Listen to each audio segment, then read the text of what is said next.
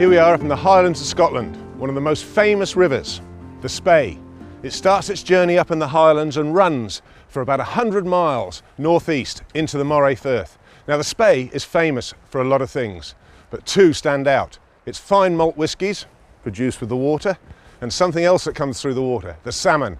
One of the fastest rivers in Scotland, one of the most enjoyable. And today, fishing with me is a very competitive angler. Known for his dogged batting and his gutsy batting, great friend of mine, Mike Atherton. He's already jumped in down below me. He's competitive, it's going to be a keen competition. And please, don't let me lose to him. Losing to Edwards was bad enough.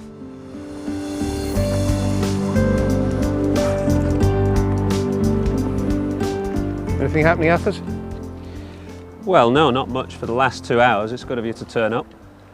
Well, mate, if I could get into the prime spots, I would. But, you know, I mean, sneaky pants here, slides in and leaves me dangling up there somewhere. Anything happened? No, not a thing. It's been very quiet. We've seen lots of fish. Yeah, same up there. And the water's perfect. It's dropping and clearing, so it's just a little bit bright.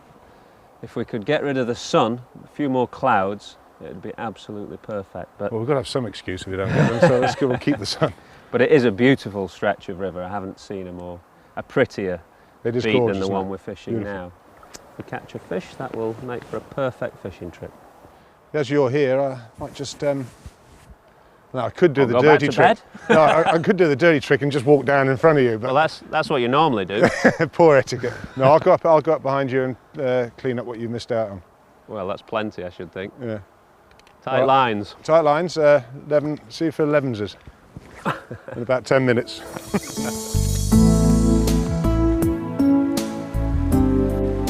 This beautiful beat on the Spey is part of the Tulchan estate.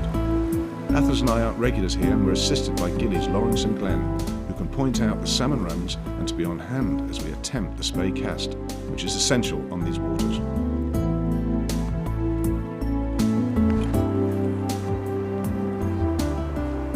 Forgot to change hands then. I see you do it. That was a reverse Spey you're showing off now.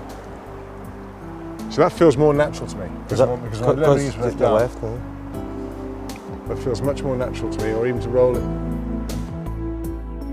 I've been lucky enough to fish some exceptional rivers around the world. The Spey, not only being one of the most scenic, also has an enduring history with fly fishing. And to fish here on the Tulchan estate is certainly a privilege. Originally, this area was part of the Seafield estate, which was a very big estate. But after the death of the Countess of Seafield in 1969, Tulchan estate was formed in the early 70s. We've got 8 miles of river Spey here. It's divided at the moment into 4 2-mile beats, each with its own beat gilly and fishing hut. I think the salmon fishing has stayed productive on the Spey basically through the water quality. Very low population people, very little industry, good relationship with the distillers who need good quality water for the distilling of whiskey.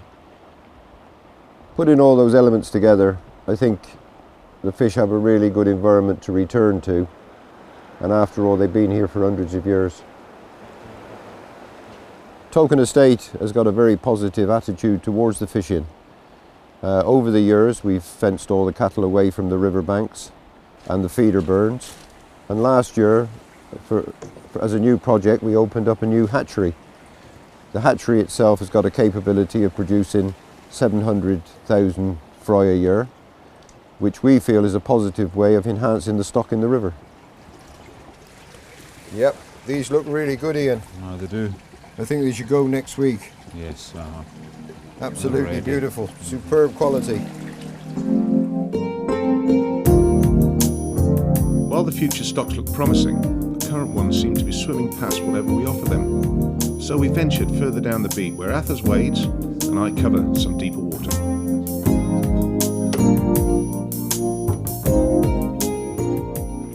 I first started fly fishing on this South Africa tour of 95-96. It was quite a fraught tour, and I knew that I needed some time away to myself, and the team manager was a very keen fly fisherman, and he suggested going with him for a day in the mountains behind Cape Town, small mountain streams around Paarl. So I went with him, thoroughly enjoyed the day, and I've been fishing ever since. The type of fishing that I most enjoy is salmon in Scotland, I think. because I think it's very wild and raw. And the chalk streams in the south are lovely, but they're quite manufactured, and often the trout are stocked. Whereas here on the Spey, if you catch a salmon, you know it's a wild salmon. There is a little bit of a relationship between batting and fly fishing in that, as we've mentioned before, it's quite individual. It's also quite technical and quite difficult. It's a skill that you have to master. And obviously, as a batsman, I had lots of coaching as a kid, and therefore was quite proficient in technique by the time that I was playing seriously. But casting a fly, I'm completely self-taught and therefore completely hopeless.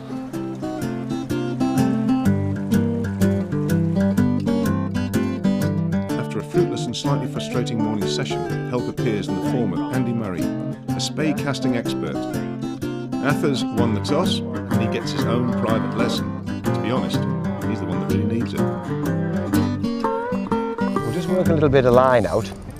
And we were saying, I want you to use that wind to your advantage. This line is very much a sail in a lot of respects.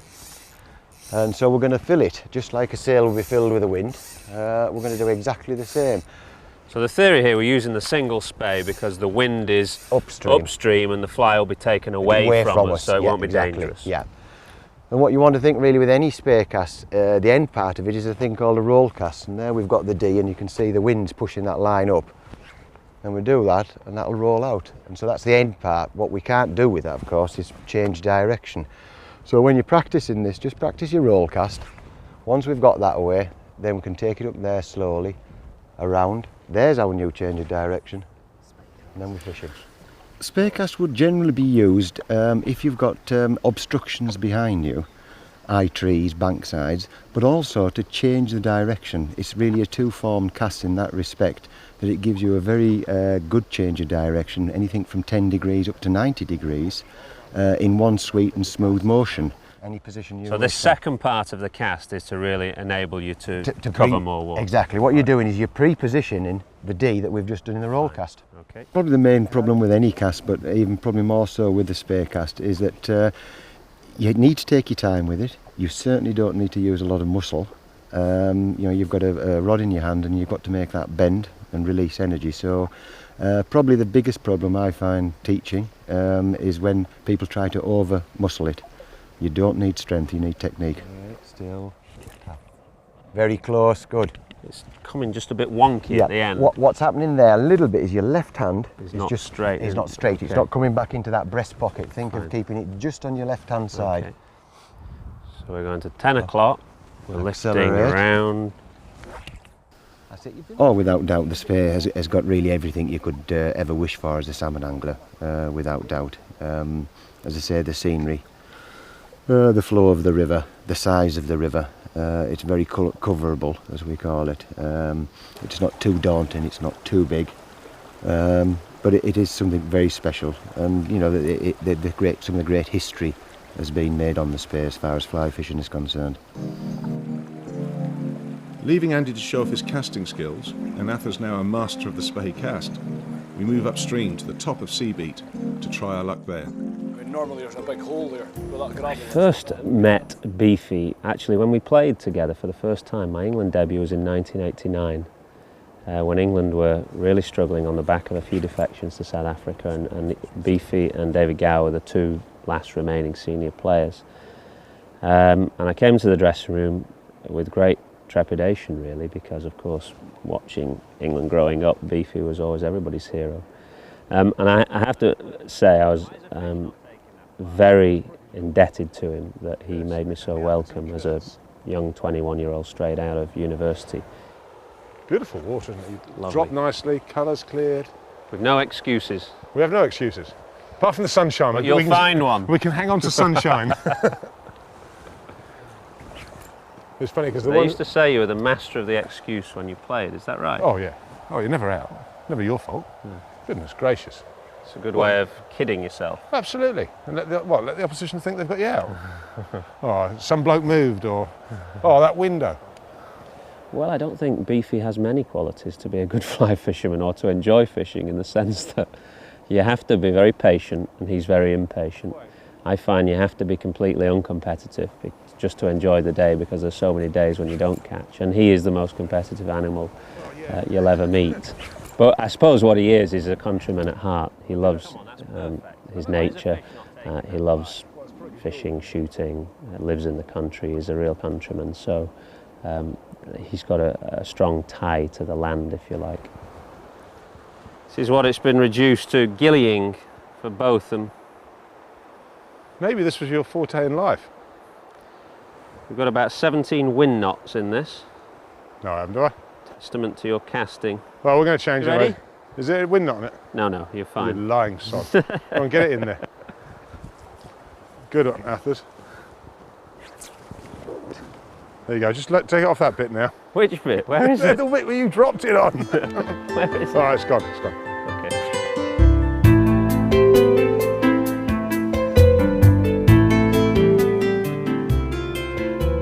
Well, it's been a hard day. Fished it hard, but all the signs are good for us. The river's dropping, and dropping quite quickly as the Spey does. It's quickly up, it's quickly down. It's the fastest river in Scotland. A few fish, we've seen some nice fresh fish, so getting a little excited. But the way it's dropping, I'm pretty confident. We've seen enough fresh fish, enough fish moving to encourage us, but it's great, isn't it? What a wonderful, the Tulchan estate. It's beautiful.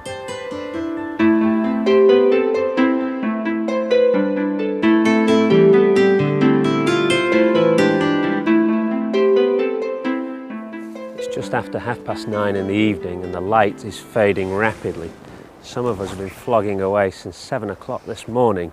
Beefy didn't get to the river until 10 o'clock, having slept in, and that's why he's still going now. He's casting appallingly, as he has done all day, but he's clearly still full of hope. For the rest of us, the lamb's on the barbie and the red wine's waiting, and we're going to hope for some more luck tomorrow.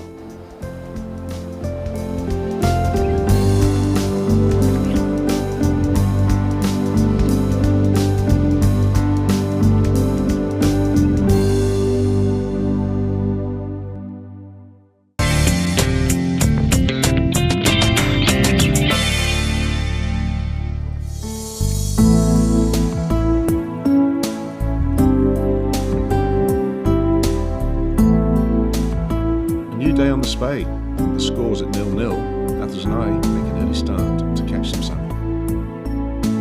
Although the conditions are good, the salmon are still elusive and evasive.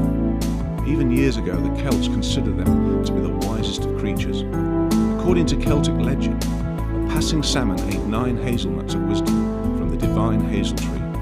Thereafter, it was said anyone eating salmon would absorb some of that wisdom. Obviously the salmon we were after had a boatload of hazelnuts, and up to now had outwitted us. But not being perturbed by legend, we certainly believe we have a chance.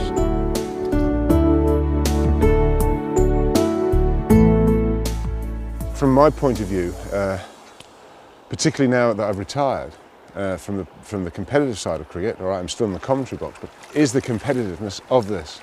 That's what it keeps you on your edge. It's like playing golf. Fishing is very similar. You know, there are many handicaps.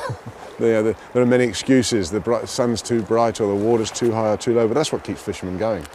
I mean, like coming here to the Spey. You come here to the Spey, and you have to learn to some form of a Spey cast. And I've actually enjoyed that. And it's more armoury to your fishing cabinet. And now you look at rivers and you look at them in a different light. Oh, that's a good spot. I'll get under there and I'll roll it out. And you don't worry about it. You just do it. So yeah, it's about, I think everyone wants to be the best, don't they? Or they should do.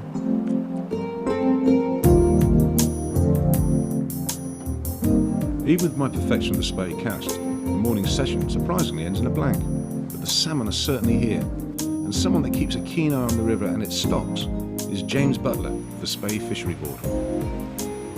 The River Spey is one of the largest rivers in Scotland, indeed in the UK, and is world renowned as one of the great salmon rivers. And it's, unlike other rivers perhaps, it's very much a spate river which depends on rainfall for its flows, and also snowfall onto the Cairngorm Mountains where its headwaters are.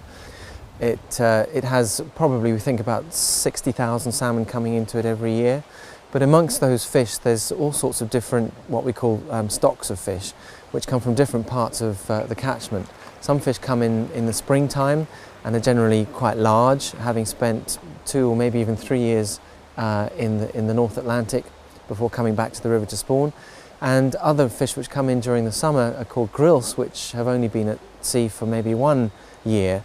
And then we also have autumn fish, which are a mixture of both 2 sea winter fish and 1 sea winter fish. So there's a great deal of variety within the river of salmon themselves. And we also have a fairly large population of sea trout, which of course are brown trout which go to sea, and we think there's maybe 20,000–30,000 of those that come into the river every year. Well, this is a fairly typical example of the numbers of fish and the types of fish that we find in a small feeder burn on the river. These are salmon fry, which are fish which would have been born this year, so they emerged from the gravel probably in March, April time, and these fish will grow on in that burn to be about the size of one of these bigger fish, which was probably born last year. And looking at its size, that fish will probably go to sea as a smolt next spring, and then might come back to this area of the river, probably even to this burn, and spawn right here.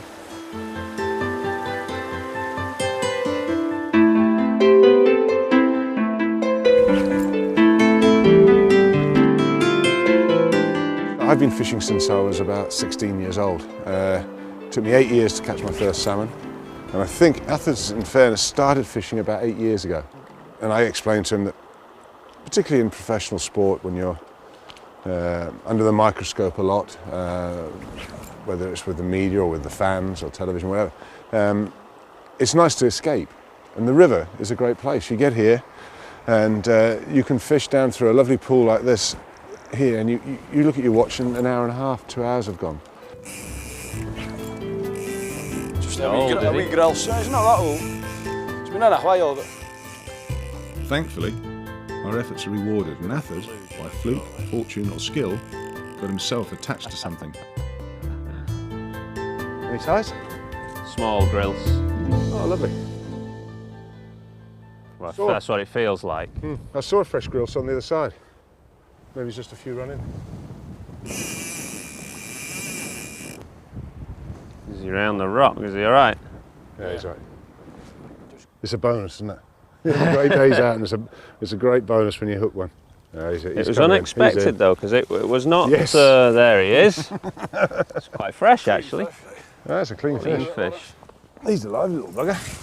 He's only a little. He's just a little grilse. He's lively though. You're right. He's fresh. Any lice? There he is. Very skinny, man. Whack him back. A little bit of damage on the tail. He's a small one as well, isn't he? He's a lively little bugger. There you watch. Watch him go now. Just getting his bearings again. Go on then, son. Off you go. Go and join your mates and tell them that some nice guys here put you back. I think he's all right now. He's all right now. I got the line there, glad. Where the hook is. That's all right. It's down there. Here somewhere. Excellent. Pressure's off now. Well done, matey. Well done. Brilliant. Pressure's off. Brilliant. And everything, amazing, isn't it? This morning, all the conditions were great, cloud and everything, and you think, we're getting to, now the sun comes blazing down and you nail it. Man, you had a pull up there, so they're obviously coming on, I think. Well, the water's dropping, isn't it? It's continuing to drop. It's dropped about another couple of inches this morning, so. This afternoon they might come on a bit. Yeah, it'd be nice if some of this just came in. The cloud. Right, we're up and running. There you go, you get your casting right, you've got a chance, Beef. Yeah, good mate, thanks. And yes, I'll put you into the best spots. As a good host should. Yeah, you should always put your guests in the prime position. Time you got to fish then, isn't it?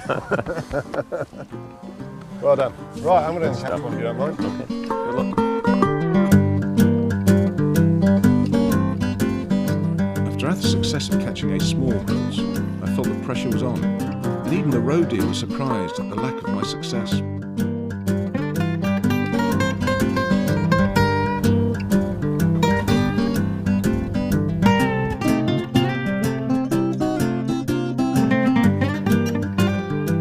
Moving back up to the top of Seabeat, I generously gave Atherton a chance to increase his lead, while I talked to Lawrence about some tactics. Okay, Lawrence, we're in a situation now, and the situation is that Atherton's got a fish, and I haven't. So what are we going to try? We've tried, this morning we've tried various flies. We've gone up, just put on a big treble over there with a tube. So now what do you find, what works here? We've got a few flies here with us. We've got an assortment here. There we go, these are the variations of the Munro killer, yeah? Yeah, one's Munro, gold Munro. Yeah. One's a Willie gun. Willie gun. Plain old stoat's tail at the bottom here. Yeah, no silver. No silver, just a black with a silver rib. And the old Cascade. Well, not the old, that's the new fly, isn't it? It's all the rage. It's all the rage. The thing we've got on now is the silver version of this, which is a gold and silver, and it's quite a monstrosity. So I'm working on the plan now, Lawrence, that if we can't catch them, we might scare them. All right, we'll beat them up or something, we'll do something, we'll get them stirred up. These are Norwegian patterns, these are temple dogs and sunray shadows. Yeah, all traditional flies. Even with a change of tactics, my scary fly didn't work, and as the water starts to rise due to overnight rain and its clarity diminishing, Athers, the master tactician with the scores at 1-0, ends the innings.